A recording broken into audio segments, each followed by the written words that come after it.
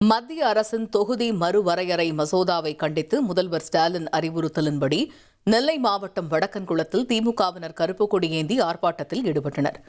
இதில் பங்கேற்ற ராதாபுரம் தொகுதி திமுக வேட்பாளரான சபாநாயகர் அப்பாவு, ஹிந்தி பேசும் மாநிலங்களின் எம்பிக்கள் எண்ணிக்கையை அதிகரித்து தென் மாநிலங்களின் பிரதிநிதித்துவத்தை குறைக்க மத்திய அரசு திட்டமிட்டுள்ளதாக குற்றம் சாட்டினார்.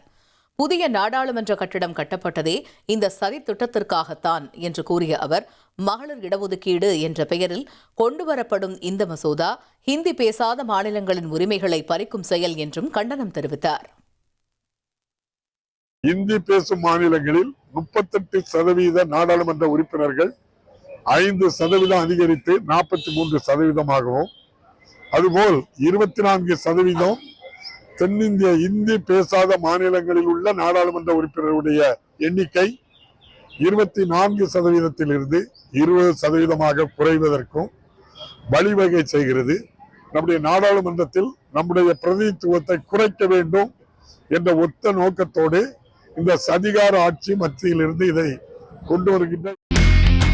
இனி செல்லும் இடமெல்லாம் செய்தி. தந்தி டிவியின் வாட்ஸ்அப் சேனலை ஃபாலோ பண்ணினா செல்ல இருக்கும் இடமெல்லாம் செய்தி. இதோ QR கோட் இப்பவே ஸ்கேன் பண்ணுங்க, ஃபாலோ பண்ணுங்க.